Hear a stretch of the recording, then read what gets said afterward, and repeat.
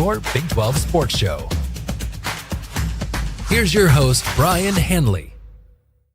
Hey, everybody, what's going on? This is your man, Big B, Brien Hanley, along with Tim Fitzgerald. Welcome to the Big 12 Insiders. Appreciate everybody being in here. We are live. Thanks, everybody, for being here. Having fun with doing these lives at night, Fitz. Now, I will warn everybody is I am sick as a dog. So I'm just going to throw that out there. So if you're like, man, what's wrong with Big B's voice? Well, it sounds like he's got all this stuff in his mouth. That's because at no time all day today have I not had at least 3 cough drops in my mouth.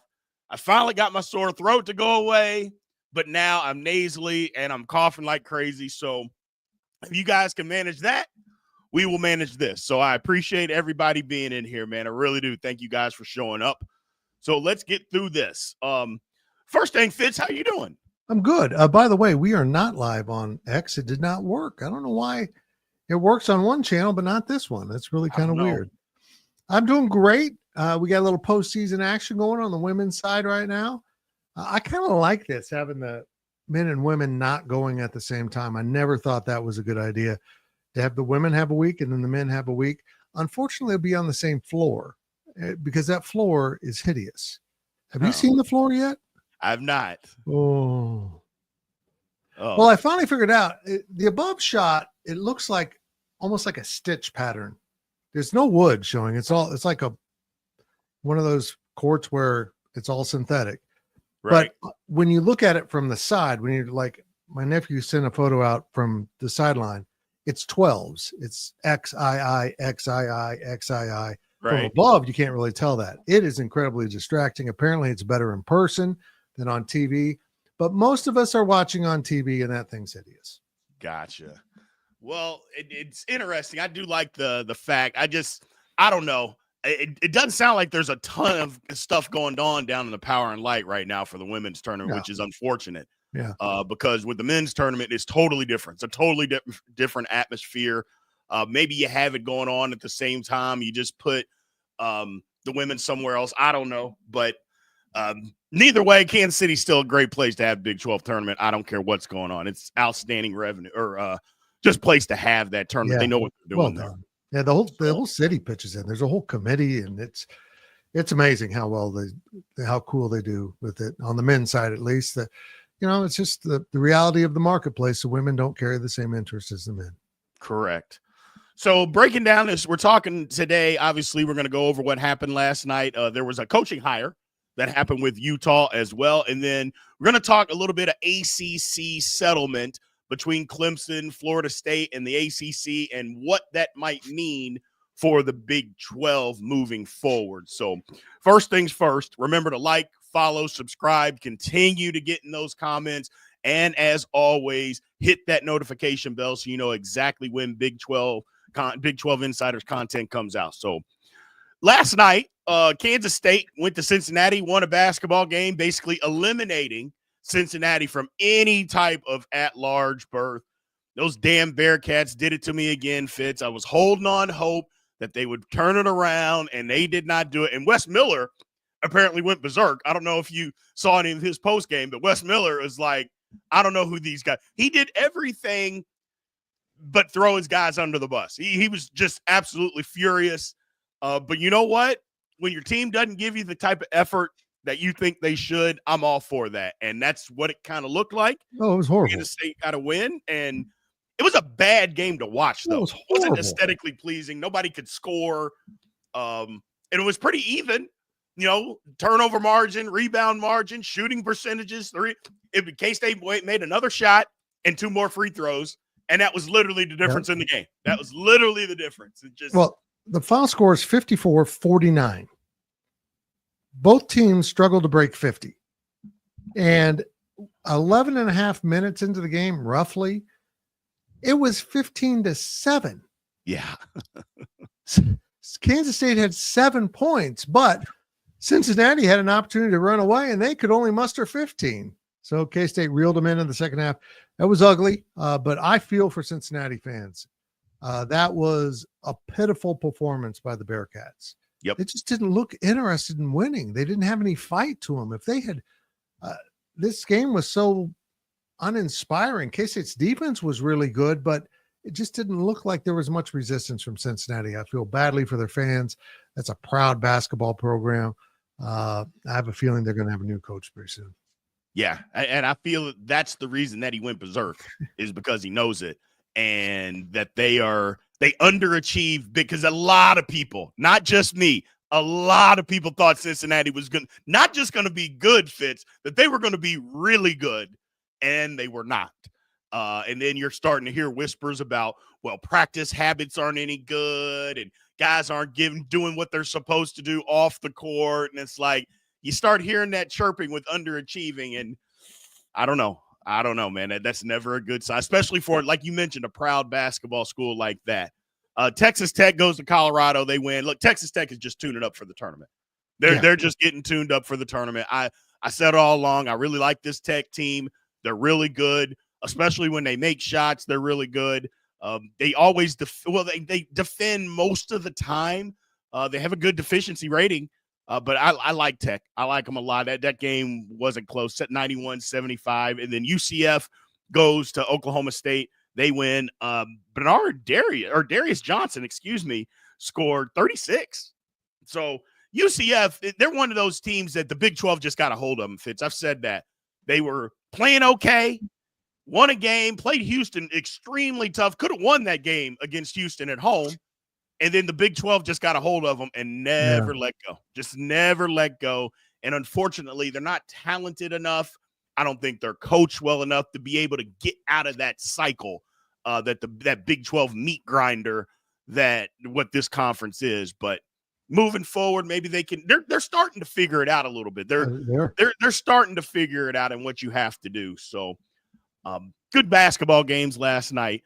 Got a new coach in Utah. I don't know a lot about Alex Jensen. I know that he played there. I know he played there. I do know that he's with the Mavs, I know he's 6'7". Yeah.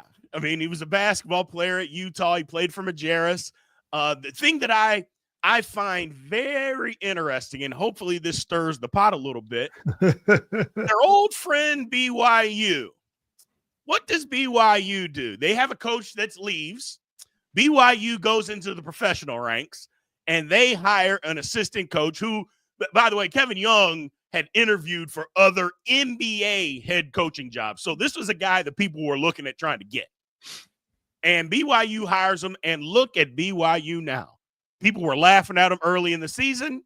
I said, just give him a minute. Kevin Young is not used to all these practices because in the pros, they don't practice. He's not used to that. Let him get used to how college works and then see what happens the last 15 games of the year. Well, you see what's happening the last 15 games of the year at BYU. They're on an absolute tear. Cooking. Utah hires Jensen, and lo and behold, maybe it's a little bit of copycat, Fitz. Maybe they saw what BYU did and say, you know what? We got a guy too. He just happens to be an alumni. We're going to go get him, and we're going to do the same thing they did. Now, Utah fans will be mad. They'll say that they didn't copy him. But my thing is, who cares if you copied him if it works? Works. Yeah, I mean, NFL has been known for decades as a copycat league because somebody does something. Oh, that works. We'll do it. We'll do it. We'll do it. Why wouldn't you do the same thing? Who cares if your rival did it? If it works and it gets you back in the tournament, get you back relevant in college basketball where Utah needs to be. Let's just be honest. Utah, I shouldn't say they deserve to be there, but they need to be there. If it works, it works. Yep. So I found that very interesting. But yeah, it worked for BYU. Why can't it work for Utah? We'll see how that goes. But congratulations to Utah getting themselves a new coach. I'm always fascinated with the coaching hires of Western schools, Rockies West, because it's almost like they pick from a totally different pool of candidates. We saw it happen with Arizona football.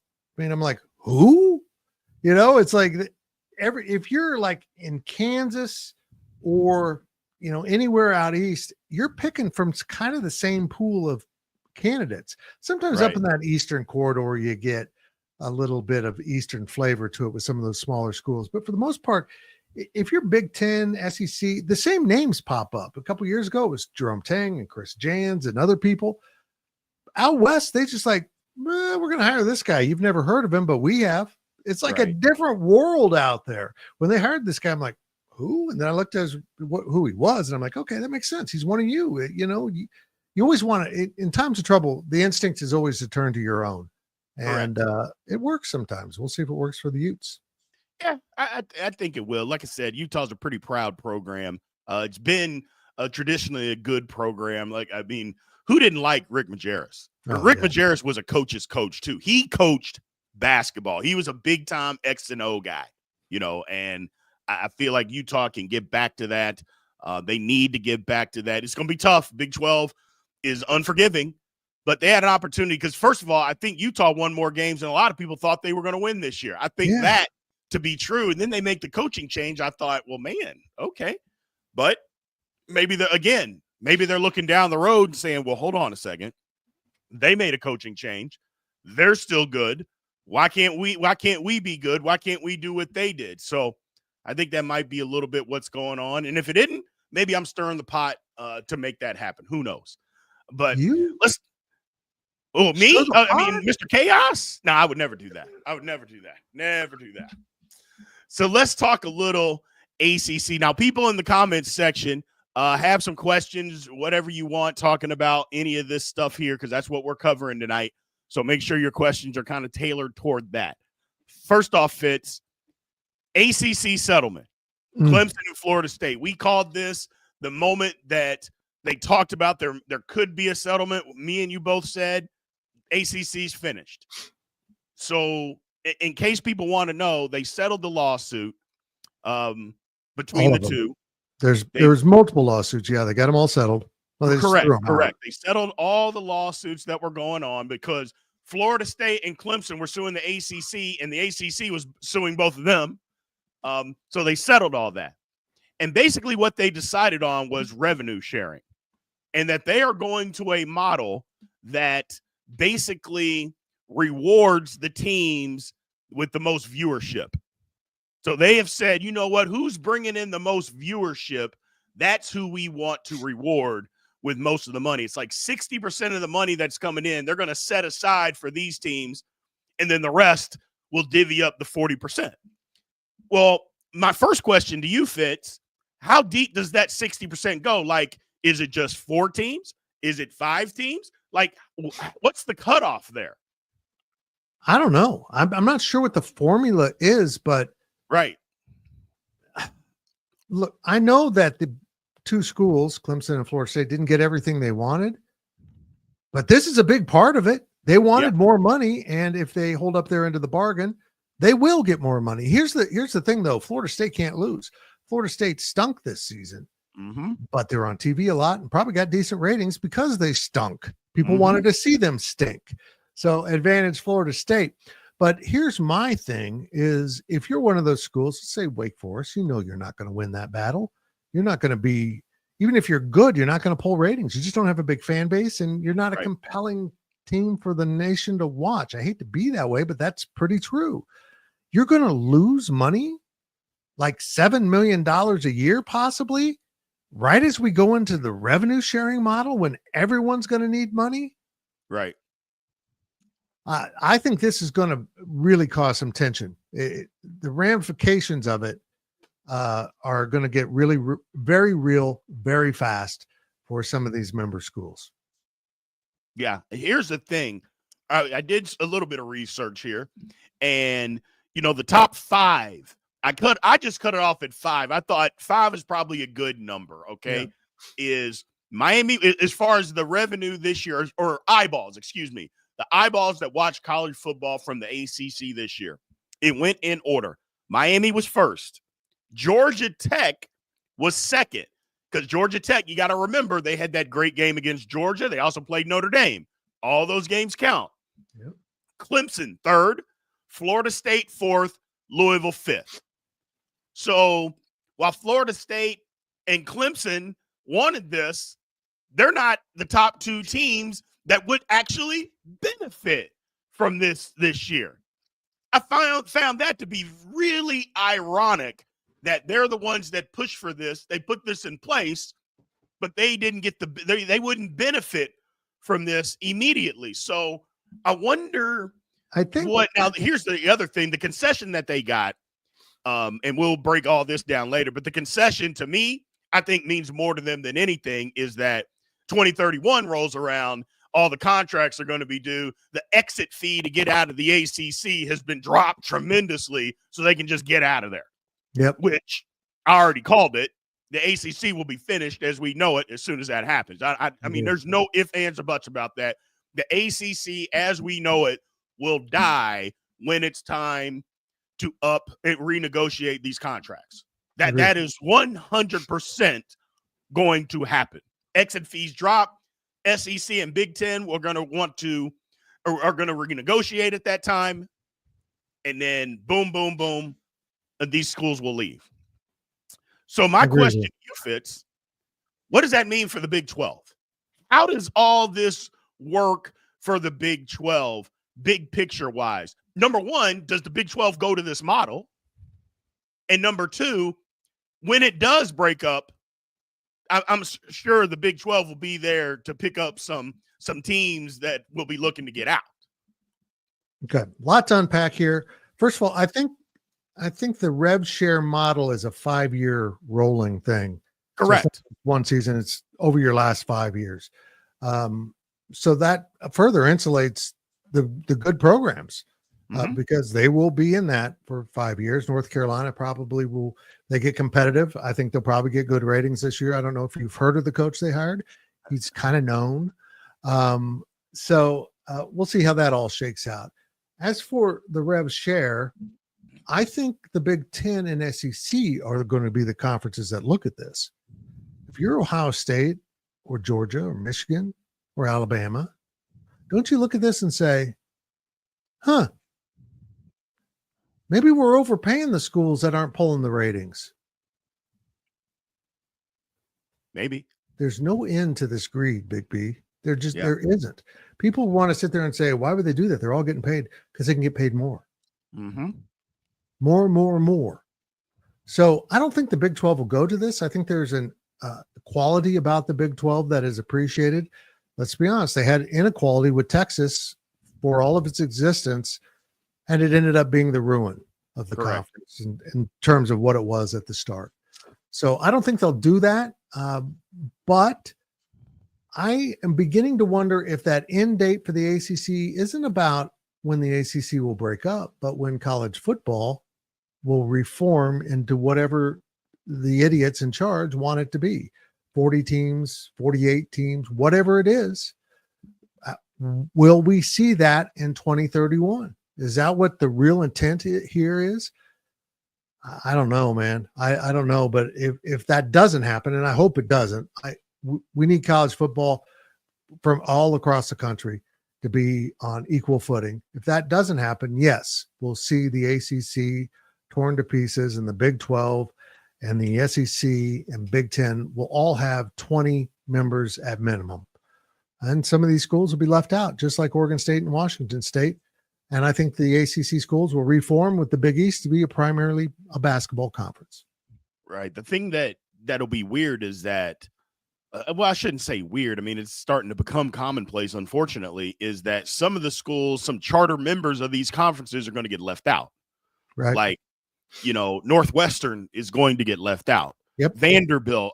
Look, you can talk about academics and what it brings to the conference. They don't care about that. They care about money.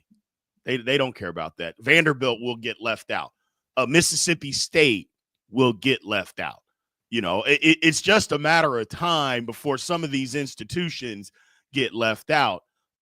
Now, it's tricky when you're talking about the Big Ten, because the Big Ten, for a lot of places, are closer to bigger markets. Like, for instance, Purdue, hour from Chicago. So they're not really going to leave Purdue out, or Rutgers right there close to New York City. It would be tough for me to say that they're going to leave like an Indiana out just because of where it is. They're not going to do that. First of all, it's close to Indianapolis, but they're not going to do that per se. But, what about Illinois? I know there's a ton of people that live in Chicago that root for Illinois. It's hard for me to say they're going to get left out. So, like, who goes in conferences like that? Or, it's going to be somebody, Fitz, that you're not going to think, because Nebraska. everybody can't fit the mold. Nebraska. Everybody isn't going to fit the mold. And if they're going to add some people are going to have to go. And everybody just doesn't fit the mold. I'll be real interested to see what they do. Like, we're in love with Oregon right now, but if you have an opportunity to bring a Clemson or a Florida State into the fold, do they still love Oregon? I'm just throwing that out there. Do you still love Washington? Do you still love them if you can replace them with that? That's all I'm saying. Now, LA schools are going to be fine. They're not going anywhere. But I'm just throwing things out there because while Oregon's a decent brand right now, they don't match what a Florida State could bring to the table. They're not going to do that, So just for the simple fact that more people on the East Coast watch football than West Coast, because there is more people. So that's just my. Maybe that is part of why Dan Lanning just got a big new honking contract to make sure he's around through this process. Right. Because I think they'll be too successful to leave out. In the Big Ten, I think Purdue's in trouble if they go to this. And I think they would gladly boot Nebraska. It just hasn't been a good fit. And now that they're not part of the AAU, the Academic Snobbery Union, I don't think that's what it stands for. It seems like Nebraska would be a school that would go, and down south, who knows? Right. Missouri might be in peril with that. They're not exactly in love with Missouri. No, Missouri's been competitive. They're really good in basketball and football this year. So, but I don't think it's all about that. I think they're going to get back to some culture things and try to make their conferences make sense to them in some way, and make sure everyone's contributing in a more helpful manner. But here's the thing, Big B, someone's going to lose the games. Correct. If you keep boiling out the bad teams out of the bottom and adding new teams, someone's going to lose the games. You almost want the Vanderbilt, Northwestern, or the Purdue and the Mississippi State to stick around so you can beat them, so you can hand them L's. You can get the wins. But I've always wondered this. Why would you want that if you're Purdue or Mississippi State? Your sole purpose in the conference is to get your ass kicked? Sure, you can try to build and climb up the ladder. Maybe you have a good year or two. But mostly go back to your spot, which is taking the L's. How long before school says the money's great, we want to be competitive again, and we can't match the rev share of Ohio State and Michigan and Penn State and Oregon and USC. It's going to be really interesting if teams leave or schools get kicked out, because the upheaval won't stop because the greed won't stop. And that's really what it's all about. No, greed definitely won't stop it. I mean, that's been around since the beginning of time. So that's not going anywhere. The thing that's different with the Big Ten, and we've talked about this before, the Big Ten actually has a value on on basketball. Now, the SEC apparently must be in cahoots with somebody, because now they value basketball as well. I mean, for decades, they didn't value basketball, and now all of a sudden they do. And how you know they haven't valued basketball, you look at the sizes of some of these schools, and then you look at the size of their football stadiums, and then you look at the size of their basketball stadium, like LSU, for instance. You're telling me they value basketball at LSU? No, they don't. No, they don't. Sorry. You can't have 100 and plus something thousand seat stadium for football and then 10,000 for basketball. I'm sorry. That doesn't equate to you valuing basketball. Having said all of that, I think some of the schools in the Big Ten, they actually do put a value. So it's going to be tough to get them out. But we'll see. Like a Purdue, I mean, they were in the national championship game last year. Now in football, they're god-awful, have been god-awful. And like you said, maybe 1 year out of 10, they're decent. Other than that, they're getting their head beaten in. So it's going to be interesting to see what happens with that. But as far as the Big 12 is concerned, I mean, the Big 12 will be there, obviously. I think the thing with the Big 12 is I think they've got to get their own network. And when I say their own network, they got to partner up with somebody and just go that route and start promoting it that way. That would be so much better because then you become more attractive to other teams, Fitz. And maybe that's why Brett Yormark, at media day, football media days, he kind of kicked the can down the road a little bit because he's like, look, we got a little bit of time and we can figure this out. But I don't think you should waste too much time. I think part of it is you need to build your brand now. Don't wait. Build your brand now and get it built up versus wait until the last minute. That doesn't make you attractive. Get attractive as you're building your brand. Yeah, I agree. I mean, I think it's essential to find your own partner. And I saw a Twitter poll, and there wasn't many votes, but it was, would you like the Big 12 to, in the next deal, stick with Fox, ESPN, or try something different? And it was like 75% to be the stick with Fox and ESPN. And I'm like, why would you vote to be the number 2 conference with both entities? I mean, you're going to remain the afterthought in football for both. And the giving away or the rewarding of the best time slots will constantly go to the conferences in which they've invested the most money so they can get the most return on it. Right. Why would you want that? I think it's essential for the Big 12 to, cobble together some networks, kind of like what the Big Ten's done, but maybe with the Turner stations leading the way, CBS in there a little bit, whatever else is out there, maybe some CW, I don't know, but find something unique that works for you. And look, everyone has always said you can't survive without ESPN. Right. Big B, I don't think that's true anymore. I don't. And it's gonna get more that way. They have overplayed their hand. And now by how they're sucked up to, the SEC, they're turning people off. And what they just pulled with, what was it? Major League Baseball? Who was it that they just said, we're not gonna be able to pay you what we said we were going to pay you? What? Right. I mean, I think ESPN is overplayed. And I wouldn't be surprised if ESPN doesn't even want the Big 12 anymore. They just say, we got the SEC. We're good. We're good. We got to cut expenses here. And then just programs with other low-level conferences. Yeah. Nope. I totally agree. I was going to say we could go to some questions in the chat, but the chat is absolutely not paying attention to anything that we are saying whatsoever. They are talking about basketball and the ACC, SEC, Big 12. They could care less that we're even on here talking. So I don't have anything else to Roy, thanks for listening, man. Roy, thank you.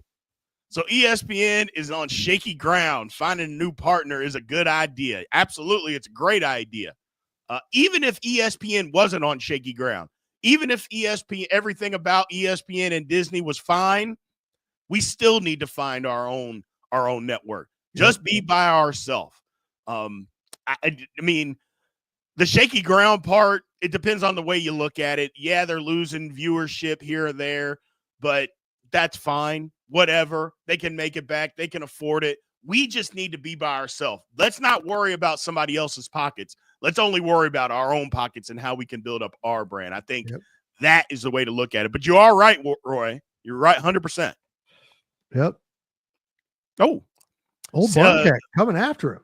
That's right. CBS, Turner, CW, and a scattering of Fox, ESC or ESECPN is a scam sports network. See, I'm not going to go that far. I don't think it's a scam network at all. They're not cheating anybody out of any money. They just have made their own agenda on what they want, and as far as a business model, you can't fault somebody for doing what they believe in and what they believe is going to make them the most money. So I don't begrudge ESPN for doing this. This is what they think works. And, they're not falling apart. It just doesn't mean it's good for the Big 12. That's all. It just means it's not good for the Big 12. But I don't begrudge them. I don't think it's a scam by any means. But it's just not good for the Big 12 anymore. That's all. I like this because this is interesting. I didn't know the Big 12 had a fast channel until today. a free advertising supported television. I mean, it's what we used to have. It's so silly. They came up with a new word to describe exactly what we used to have. Right. And these fast channels are popping up on Tubi, on Pluto, on all of these free platforms that are filled with hundreds upon hundreds of channels you have never heard of. Correct. Because they're all advertising driven. You know, they're putting up cheap entertainment. And for the Big 12, I'm sure it's game replays. I'm sure they've got studio stuff going on, which frankly I think sucks. There's no edge to anything they're doing because it's a conference channel. We are good. Here's what happened. You know, it's all robotic to me. I don't know how they're populating a 24-hour fast channel with that, but I know a lot of other sports entities are looking at doing that, whether it's in my, profession of college sports sites or somewhere else. These are kind of the trend, and we'll see if it works for the Big 12. I don't think they have compelling programming that they're going to put out there that would push the right buttons for people. But it is available. It's kind of cool. It's free content. You can go there. But most people just use what we're on right now, YouTube. Correct. I mean, most people just everything I want's right here. And what's interesting is most of the fast channels, if you're in this kind of space, you're not showing reruns of Andy Griffith or something. If you're in this space of information content, you're probably putting everything on YouTube anyhow. Right. So it's just going to be a replay of what you can get probably on YouTube, but organized a little bit better, maybe. Yeah. Big 12's obviously got to do a better job with what the product that they're putting out there. I've seen a couple of those episodes, like the schedule reveal show.